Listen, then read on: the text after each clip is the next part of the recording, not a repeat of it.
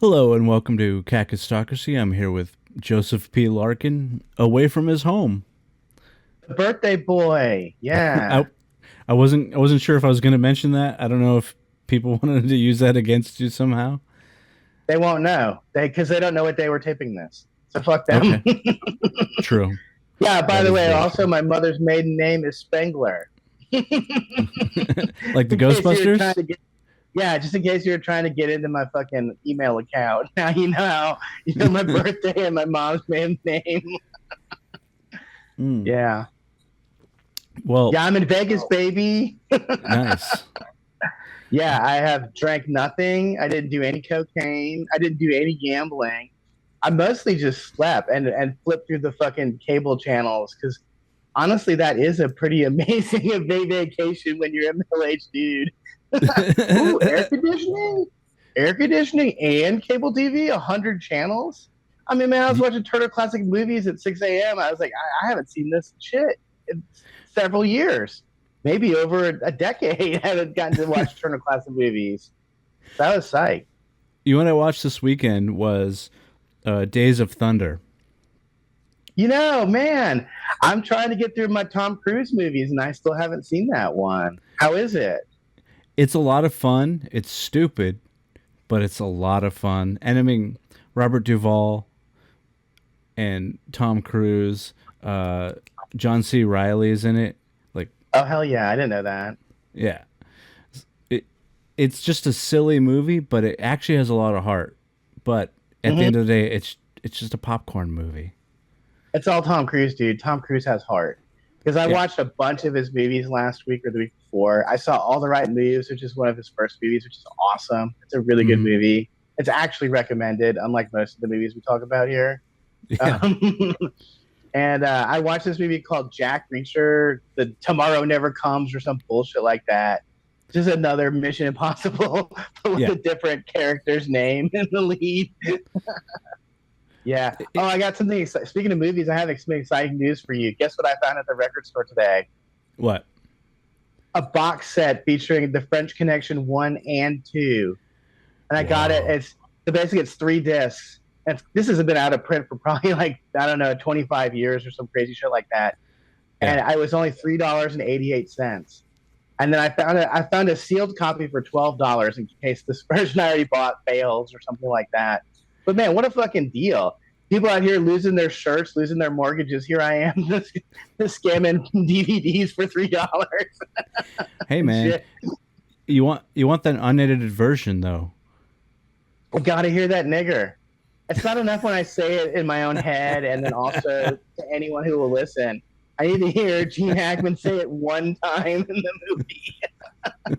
But what I really wanted was the bonus shit. Because the first movie has an extra disc full of stuff, and it has like a commentary track with Roy Scheider and Gene Hackman, which I'm about to lose my mind to watch this. And then Right. the second one has a commentary track from John Frankenheimer, the director, and that guy's an amazing director. I don't know if you're familiar with any of his work, but it reminded me when I was thinking about it today that I wanted to recommend a movie called Seconds. That's a Okay. John Frankenheimer movie starring Gene Hackman and Paul Newman, which Hmm. is unreal. And Sorry, speaking of I Paul forgot. Newman, I want to recommend this other movie called Jeremiah Johnson, which Okay. people might be familiar with because there's a meme. Inexplicably, there's a meme from this movie of Paul Newman with a big fat beard and a long hair, and he like looks at the camera and goes something like that. It's not Paul But Newman. this It's movie, that's some other guy. But yeah, Robert Redford. I'm sorry, I don't know no, why I said Paul Newman. I got no, Paul no, it's Newman not on my him brain. either. It looks like him, but it's a different actor. But I know the meme. He's in It's the Robert woods. Redford. Are you Yeah, sure? yeah, it's 100% Robert Redford. I'm sorry. It's also Oh, maybe it's a Sydney. Fuck. The Portier. guy that was in Eyes Wide Shut, Sidney Pollack directed it. Oh, Sidney But Pollack. that dude, This movie, Jeremiah Johnson, is fucking insane. I can't believe that it's a meme because it's basically just about this guy whose family gets killed by a bunch of Indians, and he goes off on a fucking killing spree, which is unbelievable. I mean, I really thought this movie was great. But anyways, uh, is that our movie? have we Oh, talked about all the movies we saw or what? well, no. It reminds me of The Searchers a little bit in that the natives kill the family, Indians kill the family, and then they take the daughter. But in this one, I guess they just kill everybody, and so he just goes on a revenge trip. It's a wild movie. It's beautiful. It's a gorgeous movie. I really like Sidney Pollack, by the way. He's a great actor and a great director. Sidney Pollack was also in the final season of The Sopranos. He played the Okay. doctor in prison that talks to Johnny Sack and just basically lies to Johnny Sack and says, "You're gonna live. You're gonna be fine." Right. He's a great guy. I really like Sidney Pollack. I really hope he's not one of the enemy in Hollywood because he, by appearing in Eyes Wide Shut, you basically were telling the cabal, "Fuck you." So Yeah. I don't know. I know Stanley wasn't part of that group. Stanley was a poor Jew, so he was never even invited to be part of the like rich Jews conspiracies. He Right. was always considered an outsider in Hollywood because he was from Brooklyn. Mm. Great to be talking about Jewish stuff while there's a guy getting shot wearing a swastika. Yeah, but this is the OG Wolfenstein, by the way.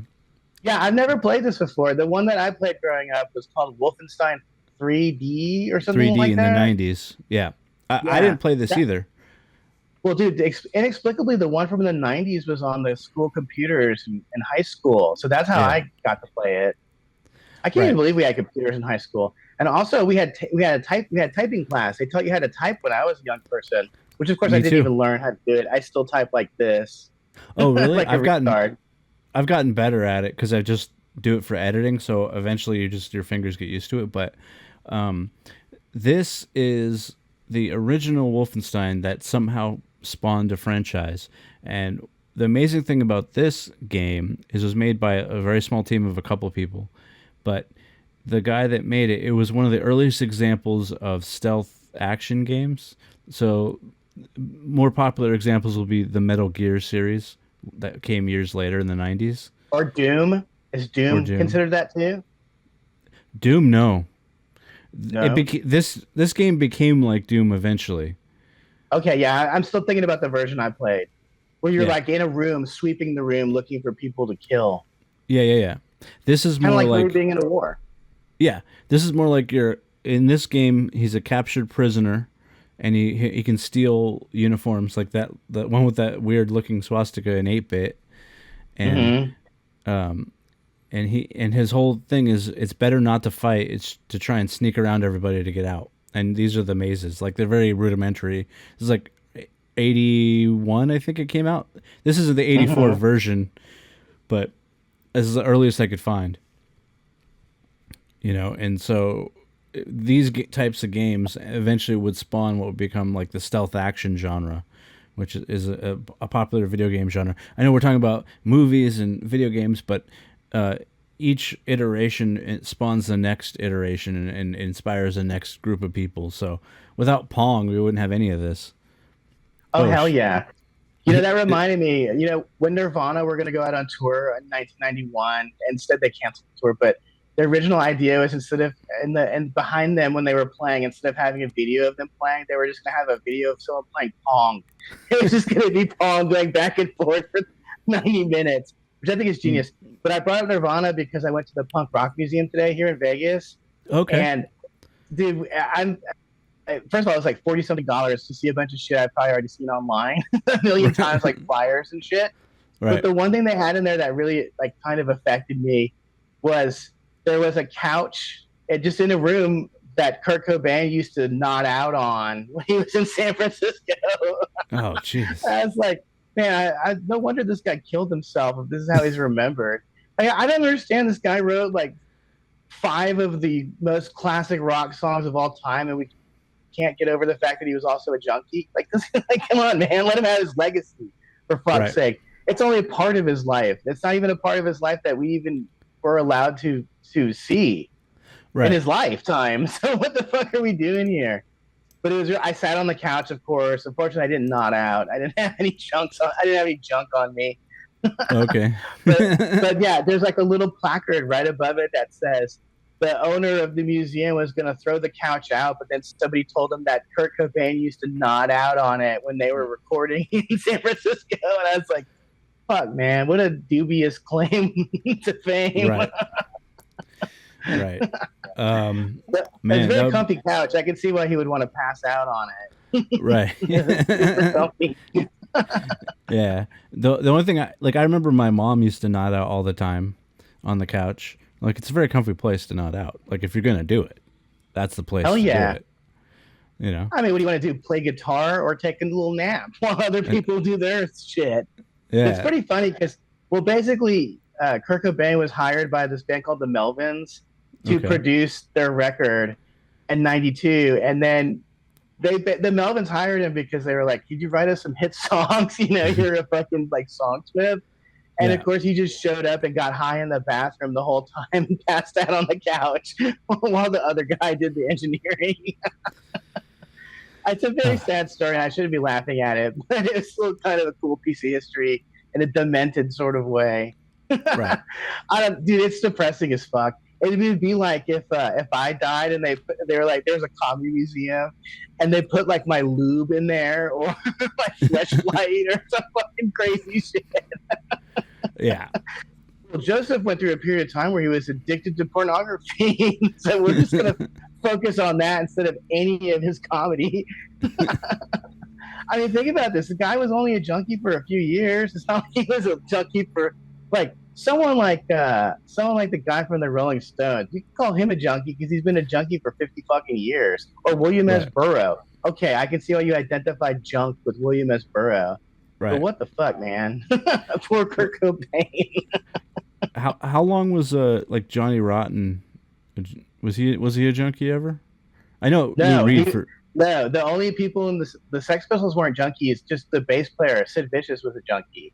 That's right. Johnny Rotten is really guilty because he was the guy that introduced the band to Sid, and then Sid went on a fucking downward spiral immediately afterwards. Right. Sid's great too because like if you listen to the very last Sex Pistols show at the Winterland, I think in 1976, like Sid Vicious is on stage and his guitar is plugged in, but he just only occasionally plays along with the band just when he feels like it.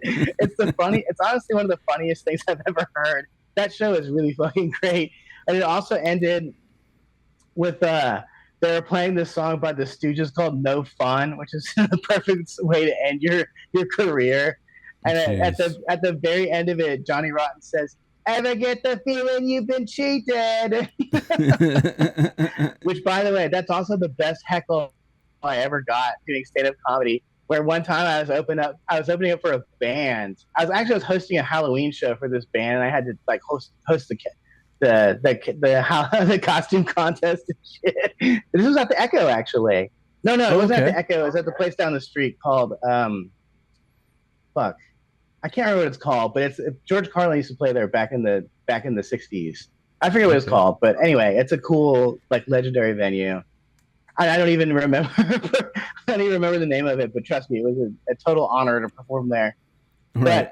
But they gave me, I think, either 15 or 20 minutes in the middle between bands to do comedy.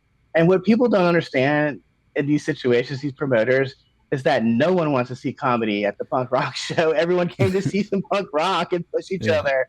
So when I was doing 20 minutes, I swear to God, most of my set was just me saying, "Listen, if you let me say one joke, I'm going to get off stage." Just let me get through one joke. They wouldn't shut up at all the whole time for 20 minutes. But anyway, I put my recorder right on the speaker in front, the PA, so I could hear the individual heckles when I went back and listened to the recording, and they're brutal. And there's a bunch of these hot girls in the front row heckling the shit out of me to the point where one of the girls goes, "I'm starting to feel guilty." I'm starting to feel bad about this. But yeah, when I got off the stage, the one girl goes, "Ever get the feeling you've been cheated?" Nice. That's one of the funniest things that anyone has ever said when I was on stage. Well, I was cheated, you bitch. Yeah. Do you Not do you you. think do you think you were as cheated as bad as this lady? She's doing her like best catwalk thing, and then So satisfying. It's like, what's this fat ass gonna fall? it happens right away.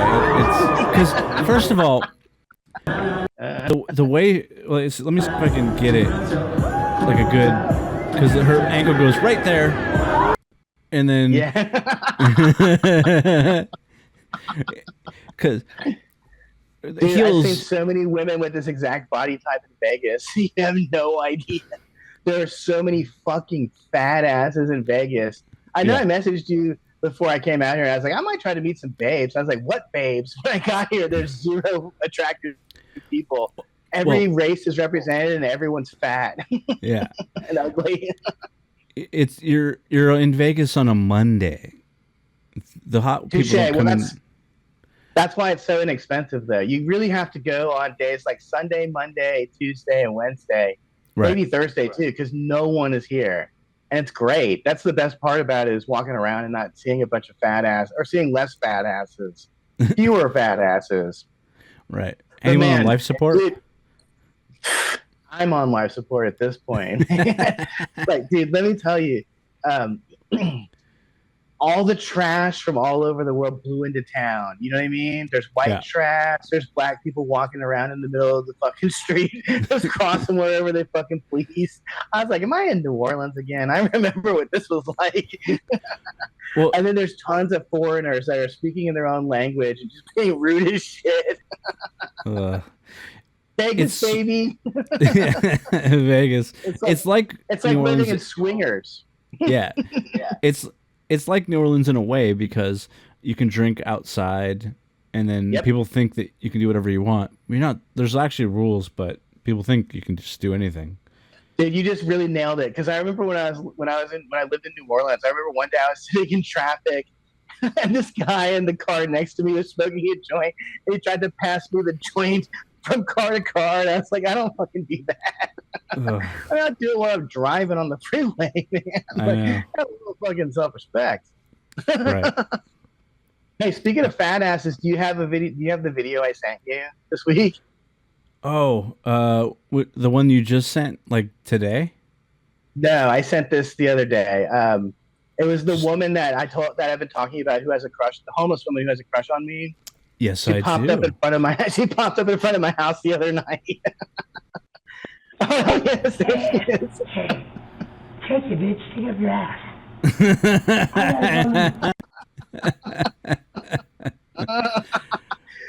This woman loves me. I don't know.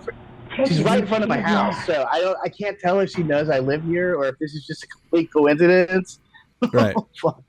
But she's walking around topless. For those of you who can't see this. Well, this is luckily at 1 a.m. Yeah, luckily she's holding them, but.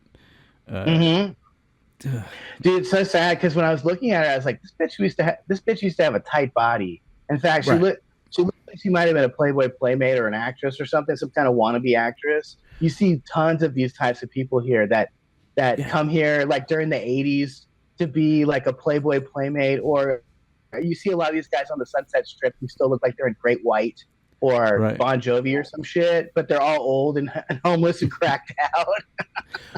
It's perfect. Thanks Kurt Cobain, by the way, for killing that style of music. Right. That's the best thing Nirvana ever did, was kill off the hair metal bands. Well, there is a Playboy playmate that did end up being like her. Exactly. I wonder if that is her. She was in the comedy community. I know exactly what you're talking about, because that's who she reminds me of, is this chick right here. I forgot what her name is, but yeah, she was apparently gorgeous in the 70s when she was in it.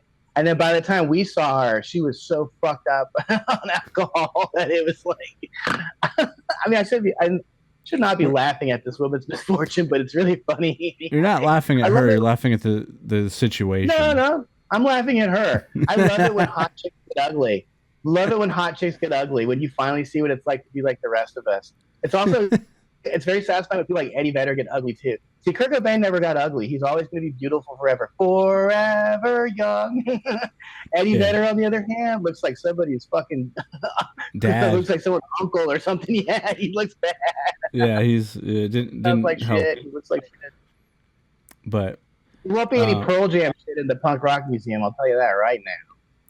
there never should be. No, I never was. Yeah, is Pearl Jam the one that like that does the hey hey. Okay, yeah, I never got it. I had one friend in high school, and it was only for senior year, and he was obsessed with Pearl Jam. And I happened to join the Pearl Jam fan club when I was like, I don't know, 13 or something like that. So I'm one of the first people that were in the Pearl Jam fan club. So we went and saw Pearl Jam a bunch of times. And I always saw, because I was in the fan club, I was always in the front row at the Pearl Jam concert. And it was always boring. I always liked the opening bands better. I saw Murder City Devils. I saw Slater Kinney. I saw Sonic Youth. All of those bands were like a lot better than Pearl Jam was. When Pearl Jam came on, I was like, man, I don't care.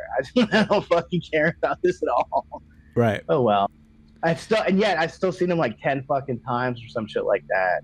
Well, you know who I'd rather see live is this guy. Oh, fuck yes. My hero. I fucking love this guy. Holy shit. Yeah, the caption, I don't know if people can see the caption, but it said something like how the tables have turned. Yeah. I think I cut. No, it says me spreading cultures to see how they like it. Exactly. Well, Dad, this guy's in India, and he's walking around on the subway in full Scottish regalia with a fucking bagpipe. And I love this dude because, like, I've been experiencing other people's cultures all fucking day in Vegas. And yeah, it's nice to see that they get a little taste of their own fucking medicine. And he's pretty good at the bagpipes too. Yeah, he's like the singer for Korn. The singer for Korn plays the bagpipes on stage. Oh, no way. Yeah, I wonder if his bagpipes will end up in the punk rock museum. The punk rock museum is funny too because, like, there's tons of like actual cool punk rock memorabilia in there, but there's also stuff from The Offspring and Green Day, and it's like, I want to break open this fucking case and destroy this piece of shit. Oh, this is also funny. When I rolled in there, aside from the fact that it was already like $40 just to get in and walk around, the lady immediately was like, "We have to take your camera, or you can't bring your camera in." I was like, "This is the punk rock museum. There's rules here. What the fuck? I thought this shit was supposed to be anarchy, motherfucker." Right. But yeah, they tried to take my camera from me, and I was like, "There's nothing to photograph in here." Of course, I took a picture of that couch, and that was about it. The couch was cool, and then there was a section upstairs where they had a bunch of like clothing that was actually worn by punk rockers on stage. And because I saw a couple bands I like Rocket from the Crypt.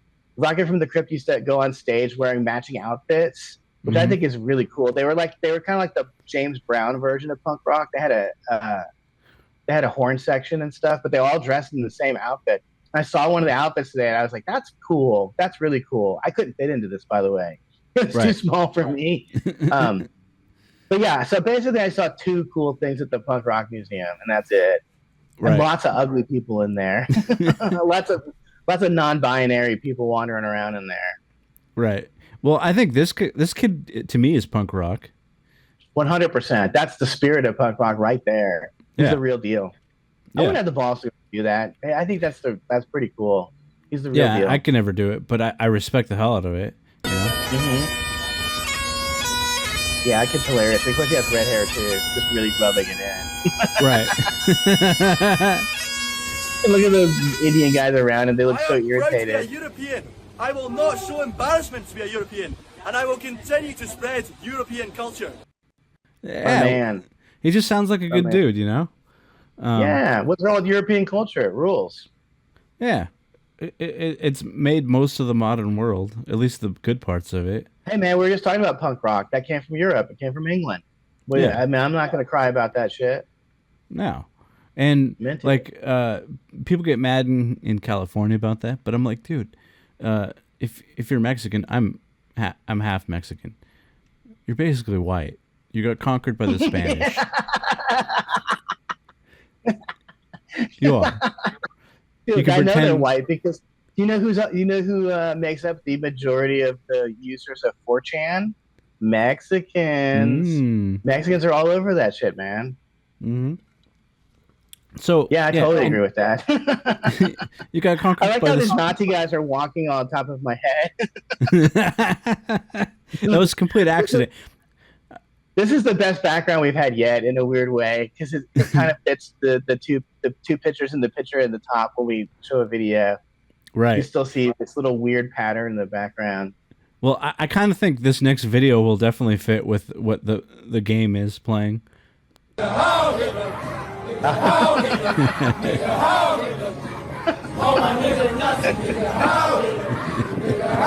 It's the dumbest but most catchy song ever. It's so catchy. I find myself singing it all the time, and I've only heard it once. I know it's stupid, but it's kind of like you're like, I can't forget it. No, it's memorable. Dude, I would have been out there if I had known that was happening. I would have been out there singing along, just outside the circle. Right. And by the way, he was doing it at P. Diddy's Star on the Walk of Fame. Yes. Like, dude, there's never been a better troll than Kanye West. Like, I really, I doff my cap to him, man. I really do. Like, he is one funny motherfucker. He's a funny fucking guy. And people don't get it, but he's hilarious. He is funny because he's like, everyone's demonizing me, yet you propped up Puff Daddy for years. You never demonized this fucking like predator, this sexual predator. Did you? Yeah. I might have talked about this on another one. But did you hear the rumor that it's not a rumor, it was said in court that Puff Daddy's penis is so small it's the size of a Tootsie Roll? Yes. Yeah, I heard about that. Doesn't that explain his personality, like, to the T? Like, of course you're like this. Right. Dude, that's some sad shit, because I think about this kind of stuff all the time where like the depth of the average vagina is just 4 inches. So even if you just have like an average sized cock, you can satisfy a woman. But if you have a Tootsie Roll sized dick, that's just not going to happen. You can't even affect them in any way. You got to get good at eating pussy, my man. Yeah. You better be the best, most voracious pussy eater alive. But this is also why he was a cuck. Because he liked to watch his women get fucked by big black dudes. Oh, okay. Now there's a lot going on in that. There's a lot going on in that story, and luckily, it's not being talked about in the mainstream as much. But it's pretty horrific. Everything that guy was up to was disgusting. I thought his rap was disgusting to me. It was like he's the guy that started this mumble rap shit because he was the first dude who didn't have any flow. He didn't write any of his lyrics, by the way. Somebody else wrote all the lyrics, which aren't good. They're bad. Mm-hmm. And the other thing, I mean, I've already ranted about this ad nauseum, but he's such a fag. Oh, by the way, happy Pride. He's so gay. I don't understand how no one could see that he was gay. And I theorized that him and Biggie were fucking and that they were having a lover spat. In fact, we were supposed to talk about gay rappers. Let's do this now, man. We've been putting this off for too long. All these gangster rappers are fucking gay. They're all gay. And you can say, I mean, I have a theory that sometimes I think these thug guys go to prison on purpose just so they can fuck at will, freely, without being judged by their family or society. They can just get butt fucked endlessly. No, go on. Why else would you want to go to fucking prison all the time? Like, come on, man. Like, fucking, most people go to prison once. They're like, that's enough for me. I'm not going back anytime soon. But yeah, all those dudes were gay. Eazy-E was gay. Dr. Dre is gay. Dr. Gay. That's what I call him. Dr. Dre and Eazy-E had a lover spat, and that's why they started writing poetry about each other. I mean, give me a fucking break.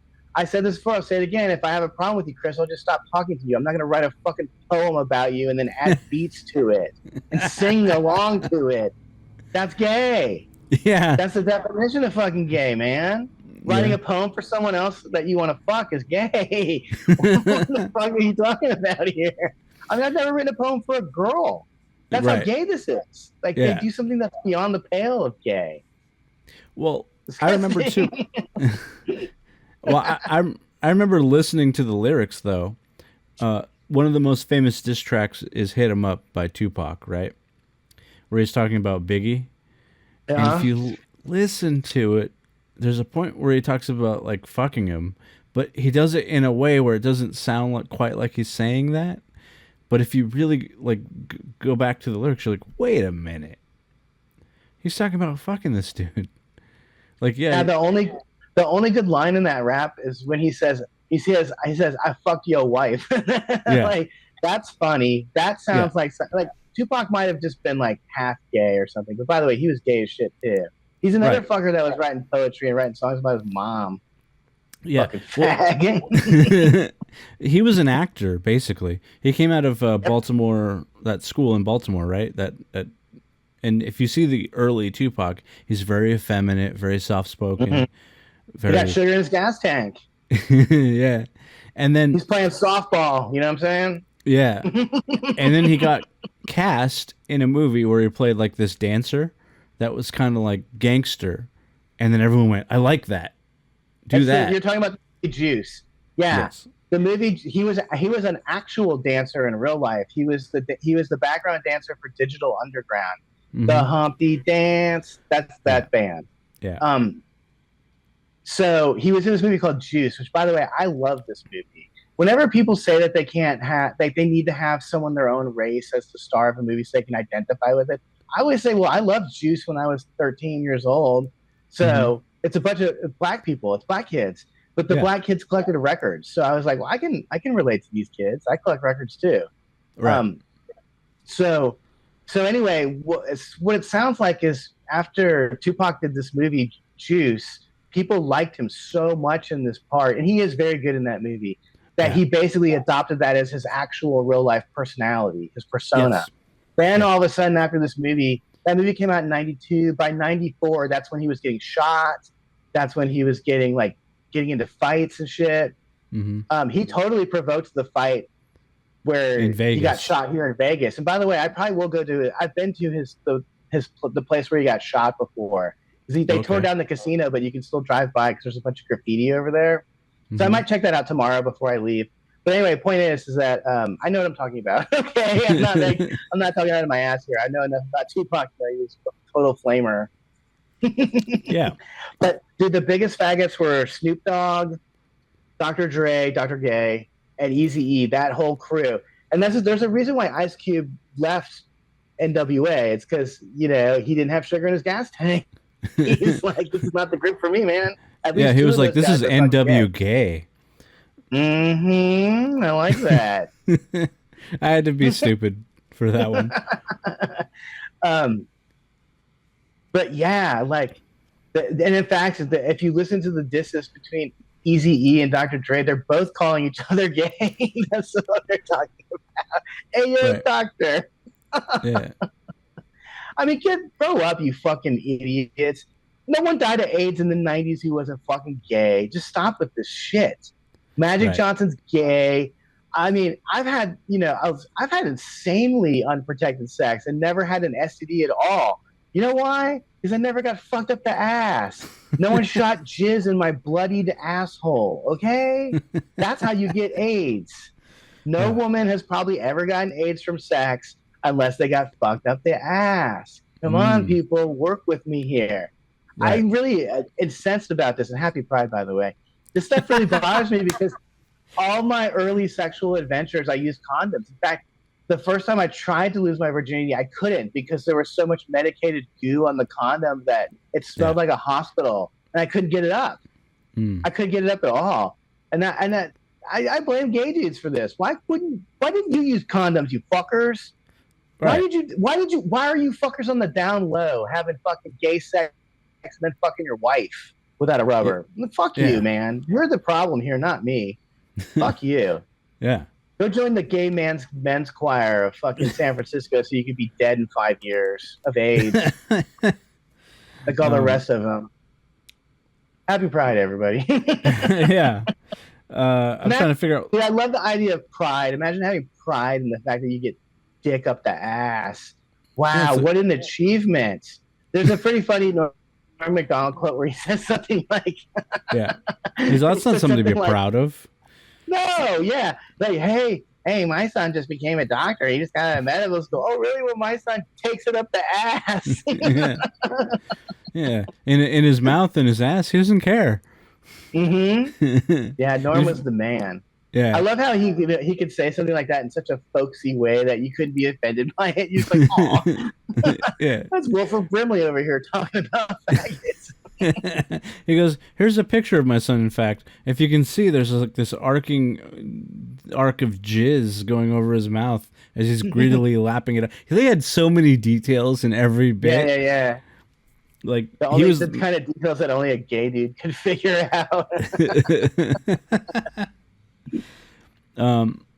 Well, I was gonna play this next video. It has nothing to do with what we're talking about right now, but it was very.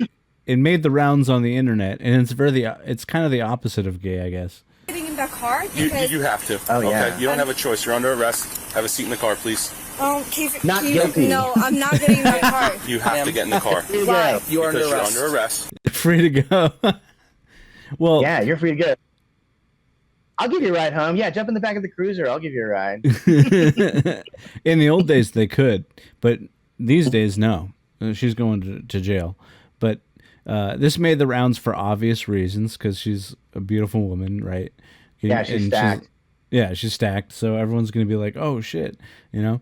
They probably said exactly what you said. Let her go, but free my bitch. Yeah, I can change her. Yeah, right. Nah, you can't. I don't want to change her. Let her be a bad bitch. Well, also, if she's a drunk, she's going to be a good time. Oh hell yeah! You know, she makes bad decisions. So what's one more? For driving under the influence. What? I think this cop could fuck her. He's kind of good looking. He's a little bit taller than she is. He's in a position of authority over her. Oh yeah. Yeah. Some woman came up with these body cams because they're like, my husband's a cop and he might be getting fellatio from one of these prostitutes after he picks him up. We need body cams on everyone. Right. The body cams are really funny too because they prove that none of these cops ever do anything wrong. It is very rare. And it's really funny to listen to them talk the way they have to talk these people down. And they really have the patience of a fucking saint. Whatever they're getting paid, they're earning it from having to talk to these fucking retards. The closest I ever came to even having to have that patience was when I was a dealer. Because, like, people. You were a drug dealer? No, a car dealer. Oh, good. I was like, Jesus Christ, man! I didn't know you were a dirtbag too. No. I never dealt drugs. Also, I could use some LSD if you have any, Chris. It's about time for another, batch. Nice trip. Well, if I could find it, yeah. I mean, I wouldn't ever sell it to you, but no. I'll trade it. I'll trade you my Well, either way, I wouldn't know how to get it. So we know exactly who to get it from, Chris. Well, but then I'd have to start talking to that guy again, which I'm not going to do. Right. Well, if you've been in comedy long enough, you can get any drug you want. Dude, let me tell you, I made such a fatal error when I chose the people to collaborate with for We Three Trolls. Because the guy that Rosaffa replaced sold me LSD and mushrooms, and I was like, "Why didn't I just keep this guy as close to my vest? Put him in my little pocket here. Keep him as close as possible. Right. He actually added like something positive to my life. Oh my goodness! But yeah.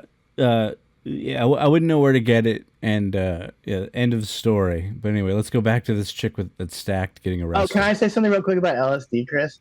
If you've ever had good LSD, someone from the government made it. Some CIA agent had his fucking fingers on it. Because I've only had good LSD like 5 times, and I assure you that I got them from the most dubious sources imaginable. I have a crazy story which I'm going to tell later when we have enough followers to destroy a certain person's career. I'm going to tell the full story. But yeah, one time I was at the Comedy Store and my friend Trenton Willie just came and gave me a tab of LSD. I was just flying. That's how it used to be for me, man. I used to be cool and people would just give me drugs because they thought I was cool. Right. Yeah, I remember. I don't do anything now, but back in the day when I did do drugs, comedy provided free drugs, or at least very cheap drugs. Yeah. But it's awesome. Okay. I'm just not getting in the car. You have to get in the car. Come on, you got to get in the car. Please have a seat in the car. Come on, get in the car. Don't make this harder than it has to be. Go. You don't have a choice. You're under arrest. Please have a seat in the car. I'm sorry, but what in the test that we did just proves that That could all be explained later, but you are under arrest, okay? I'm not going to go under the arrest. You have to. You don't have a have seat a in the car. choice. I'm not going in this car without knowing. You failed. Okay. The second she started talking, I'm like, throw her in the fucking car, lock her up, Yeah. throw away the key. Just to let you know. Yeah. No, it's for anyone out there. Yeah. The minute they say you got to go in the back, you just got to go in the back. Mm-hmm. It's way easier because they're going to add charges if you resist. But anyway, go on. Yep, resisting arrest. Well, I was just gonna say, like, women like this, they get out of trouble all the time with the same moves. I'm hot.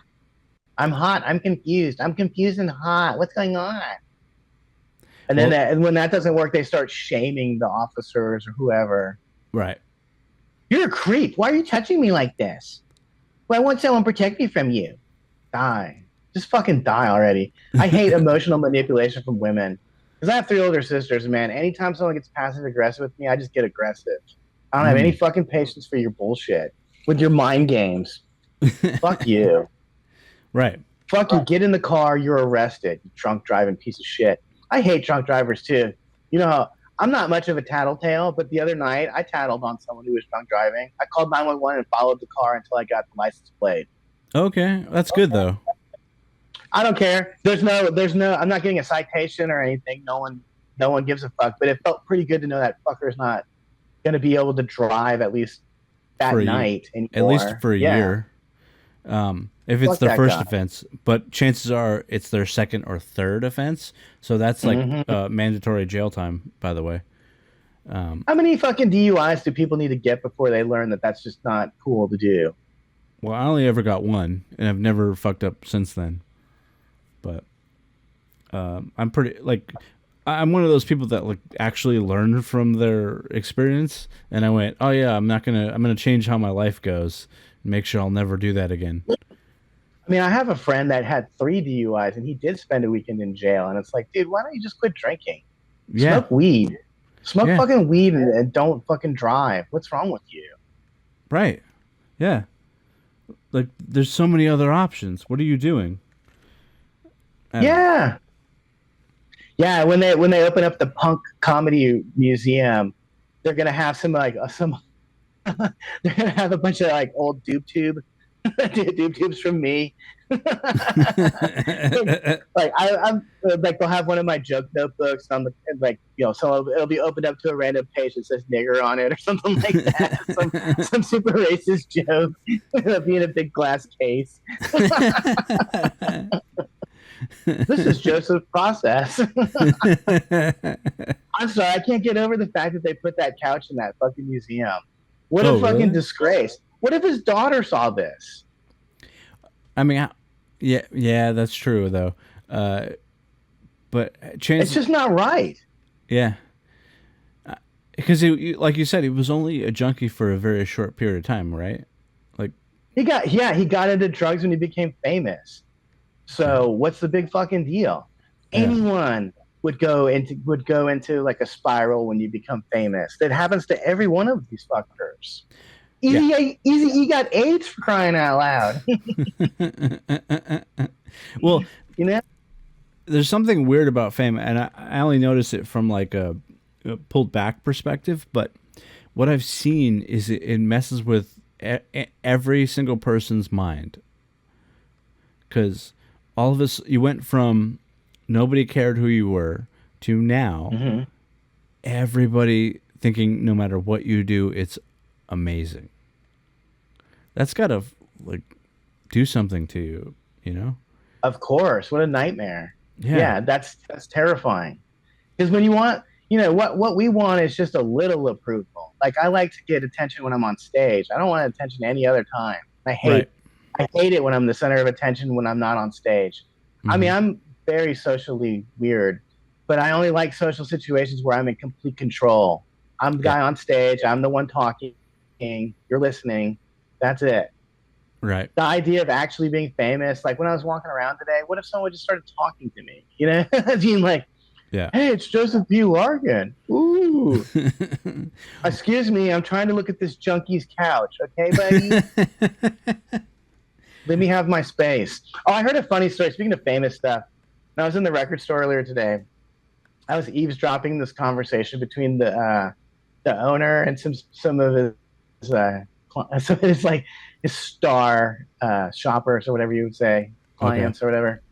The record stores are a great place to eavesdrop. You hear the funniest fucking conversations. It's funny to listen to retards and baby boomers talk about the music they like Humble Pie or whatever. But it's also funny just to hear the other stuff that they talk about. So this one guy was talking about how he does Uber or DoorDash or something for a living, and he said he dropped off a DoorDash at Jack Black's house, and it was $600 of ice cream. I almost started cackling in the fucking store. It's like, of course he's buying $600 of ice cream. And then this is so interesting to me. The guy was like, the Postmates guy said something like, "Hey Jack, can I get a photo with you?" And Jack Black said no, and instead he just tipped him $300. And I was like, well, that's way better than a picture. Yeah. Maybe Jack Black is kind of cool. Who knows? And then he also said Tom Hanks' daughter was the biggest cunt he's ever met. I mean, that makes a lot of sense because generally, like the people that build the success, their offspring are usually horrible, you know, because they didn't have to go through what the parent did in order to make the success happen. That person struggled and failed a lot, so they got humbled. Dude. Yeah, you know, on a related note, I'm sorry, I got Kurt Cobain on the brain, but his daughter married the son of Tony Hawk. Oh, weird. Dude, when I was 12 years old, this was like the dream of this is like an insane, like, what? Tony Hawk and Kurt Cobain are going to have children and they're going to fucking get married? Wow, that's so cool. That's amazing. That really is amazing. Two people that were at the height of their chosen field got married and had kids. Now they're going to have kids, or they already had a kid. So I was like, what's that kid going to be like? Because the daughter didn't amount to shit. I mean, of course she didn't amount to shit. Her mom is Courtney Love. I mean, poor girl. I fucking feel bad for her. And she's really lucky that she looks like Kurt Cobain and not Courtney Love. You know what I'm saying? Yeah. She really dodged a bullet there. Yeah. God, I can't believe that couch. Maybe I'll fuck his daughter on that couch one day. A true tribute. Well, yeah, maybe. But speaking of celebrities, notice that transition. That was really smooth. Yeah. Holy shit. I thought I was on like Bob Costas Well, first. it's Love this stuff. nice to meet you. Nice to meet you. Yes, congratulations. Thank you. How did this happen? You know, I guess we're right here. How does it feel? Can you say I had a crush on her since I was like this big? Are you That's serious? all I'm going to say. Are you serious? Oh, what a pimp. Right? That's fucking cool. That's the pimpest thing I've ever seen. Where he tells her, "No, I will not do an interview with you, but you are so hot to me. I'd like to fuck you." I have a major crush on her. If you guys want to go and look on YouTube and find her her workout video, yes, Mary Hart. Beating off to that like crazy. Yeah. Mm-hmm. This is what I jerk off to. Fuck porn. I want Mary Hart. That's what I want. I want to fuck Mary Hart. Old exercise videos are what you should jerk off to. First of all, the women are fit. And secondly, you can learn tips on how to exercise yourself. That's a good thing. And thirdly, it's not porn. It's not gross. It's not weird. There's no black dicks being inserted into Mary Hart's mouth. Oh, what is that? Is that just juice? It's disgusting. It's some kind of Jose Cuervo drink, a margarita drink. Margarita, yeah. All right. That's what they had downstairs. Yeah. But hey, let me get some feedback from you, Chris, about what I should do because I'm going to be here tomorrow too. Okay. So I already made reservations for the steakhouse here at Circus, which by the way I highly recommend. It's the best steakhouse in Vegas. Really? It's really cool. Yeah, it's legendary. It's been here since the '60s. It's like a little hidden gem because no one would expect anything nice to be in Circus. Yeah. But this place is great. It's the kind of place where you like one of the steakhouses where you walk in and they let you go through you like walk through the freezer and see all the dry aged beef hanging everywhere. I don't know. Okay. It's just a cool place. Like Goodfellas. Like Goodfellas, exactly. Yeah, there's like a curly haired dude on a meat hook back there too. Well, because he shouldn't have bought that fur coat. Exactamundo. I mean, I'm on the side of the gangsters on this one. When the guy bought a new car and stuff, like, yeah, kill him. This guy's a retard. You can't just sit on the money for 6 months, you fucking retard. And that is why they got caught, by the way, because those dudes were out spending money. Yeah. But anyway, so I'm definitely going to have a steak dinner on my way out at 4 o'clock. I already have the reservations. I also kind of wanted to go to this place called the Neon Museum, but I want to do that at night when it's a little bit darker so I can see this. I went over there today and just looked at the stuff through the fence. Oh, it's so cool. It's like the only history they have in this fucking town. All these old neon signs. Yeah. The first thing you see is the Hard Rock Cafe sign, because I guess the Hard Rock Cafe got torn down or something. I'm not sure. I mean, I haven't been to Vegas. Yeah. What's that? I haven't been to Vegas in forever, but there used to be the Hard Rock Casino. Is that still there? Yes. I guess it's gone. No, because the sign is in this graveyard. It's basically just a bunch of graveyard. It's a graveyard for neon signs. So that's the two things I know I'm going to do. But I have from 12 to 4 in the afternoon to kill tomorrow before I eat and then do set stuff. So I don't know what to do. I thought about going mall walking because I always go mall walking here. It's really nice. There's a big mall here that you can walk around and not be in the heat. Yeah. I also thought about going to see Final Destination. I hear that's a lot of fun. It's just a stupid movie, but it's great. I love all the other ones. Like I said, I've seen all of them except one of them, and I don't know which one that one was. But I really love that. I love the basic concept of it. I think it's pretty fucking hilarious. Mm-hmm. If I could find that at an IMAX or something, I would probably go watch it. But I can tell you this much: I don't want to be walking around on the strip tomorrow because it's gonna be hot as fuck. It was hot as shit today, and it was only 85 degrees. Oh wow! Yeah, it was only like 75 here in LA, so it was great. But I wanted to play this because this is one of my favorite things. I'm sure you've seen it, but it's just one of my favorite things in the world ever. Oh yeah! Have you seen this? Turn camera. Mm-hmm. Marked. 102, take 1. With overlap, action please.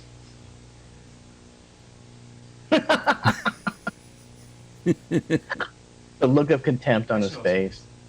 He hates this so much. No, sorry, cut. Yeah, rolling. 102, take 2. This is the best part. The French champagne has always been celebrated for its excellence. There is a California champagne by Paul Masson.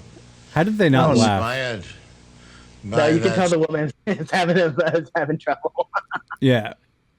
And so there's a backstory that I finally learned about this. So he wasn't drunk. What actually he was he took a sleeping pill because he was trying to get sleep in between jobs, and it kicked in way too late. And so they had already rented the mansion for this, and they're like, we have to at least try to run through it. And then he said, okay, we'll run through it, but it's going to be bad. And they're like, it doesn't matter. It's for insurance. We have to just do it. And if it's bad, the insurance will give us another day. So he knew this was going to be bad. He didn't care. And the director didn't care because they had the insurance to go the next day. And so they did these 3 takes that were just hilariously bad. And then eventually they gave him time to sleep it off. And then he came back and nailed it, like perfect, without any errors. So it's sort of like I didn't know that that's a rule, but you have to go on the day that you're scheduled, and if something happens, the insurance will cover for the next day or give you the money for the next day. Yeah, there's a series of bootleg CDs called Celebrities at Their Worst. Which is where I heard this originally in the 90s. Yeah. I highly recommend checking these CDs out. They're probably on YouTube. Mm-hmm. Celebrities at Their Worst. They're fucking hilarious. There's a lot of Orson Welles outtakes because he did not enjoy doing these commercials at all. No. So every so often you hear him flip out on the director and start screaming at them. And then there's also Casey Kasem on there swearing profusely and shit. Nice. It's great. It's shit. It's really great. Man, they really dragged Orson Welles through the mud. Yeah. After Citizen Kane, he never really worked that well again. Who was the guy that he destroyed in Citizen Kane? What's the guy's name? Hearst. Hearst got his revenge because the rest of his career was fucked. Yes. There's this movie called Touch of Evil, which I highly recommend. It has one of the best opening shots of all time in the history of movie. The tracking shot in the beginning of Touch of Evil is insane. It's all in Venice Beach, which still looks like that. You can go look and see what Touch of Evil looks like in Venice Beach now. But anyway, that's another one of those movies where even though he masterfully shot it, they took it away from him and then re-edited it. And it took like 50 years to get the real edit out. I think it came out in like 2000 finally. But yeah, they fucked this guy endlessly. There's so many great movies that they either re-edited and destroyed or just simply didn't give him the money to make. Mm-hmm. So his final years are both beautiful and sad because the work he was doing was amazing. Yeah. There's this movie called F for Fake. F for Fake. It's the most beautifully shot experimental film I've ever seen. It's really fucking gorgeous to look at. It's really clever and fun. It's a real shame what they did to this guy. But you know what? It was probably worth it to destroy that other fucker's reputation forever. It was probably pretty fucking satisfying. Right. Well, I mean, it takes balls to make a movie about a guy while he's still alive and it's still very powerful. Yeah, William Randolph Hearst was what would be his equivalent today? Like, I can't even think of it. Donald Trump, dude. Oh, maybe Donald yeah. Trump. Yeah. Closest, like he basically he actually spoke, Orson Welles actually spoke truth to power. Not like these people pretend to. He really did, and his career really suffered until he died, basically. He never recovered. It's not that. It's not to suggest he didn't have a great life anyway. He was fucking married to Rita Hayworth. Like he did fine. Yeah. He did okay, and his movies are still great. Like there's one called The Stranger where he plays a Nazi that's like in hiding in a small town. That's a great movie. The Third Man is a great movie. He didn't direct it, but he acts in it. He's amazing in it. Yeah, he's really great in that movie. It's kind of like Alec Baldwin in what's that movie called? Barry Glenn-Ross, where he's only in the movie for like 7 minutes, but he owns the fucking movie. He's the only thing you think about after you see the movie. Yeah, so many great movies. What a great, cool guy. Definitely a hero of mine, without a shadow of a doubt. The balls on this guy, massive. And again, to go back to what we were talking about earlier, truly punk rock for his day. Yeah, it's the definition of punk rock. I mean, even the stuff that he was selling out and doing, it's still pretty good wine. It's not like it's the same as when Francis Ford Coppola sells wine. It's like it's still good. It's not shit. Oh, yeah, he's not trying to sell us Cheetos. Yeah, it's awesome. I had some. I remember, like, I bought some after we talked about it, and I was like, the wine this is the smoothest. I didn't even feel like that bad the next day. Yeah, it's great. Yeah, because people always tell me they get like headaches and stuff, but I only drink Francis Ford, so I've never experienced a headache from wine, so I don't even know. It's only from bad wine, really. You get headaches. You mean Manischewitz? Yeah, genocidal wine.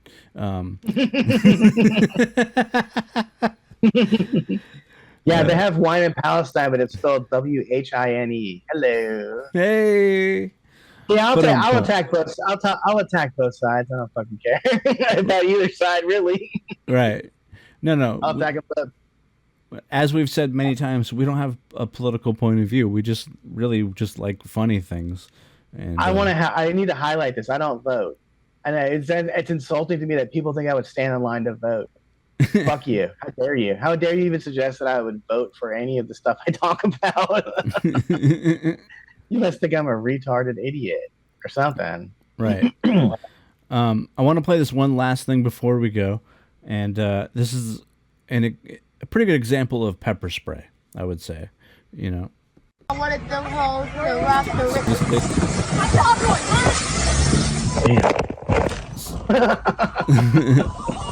She just got real.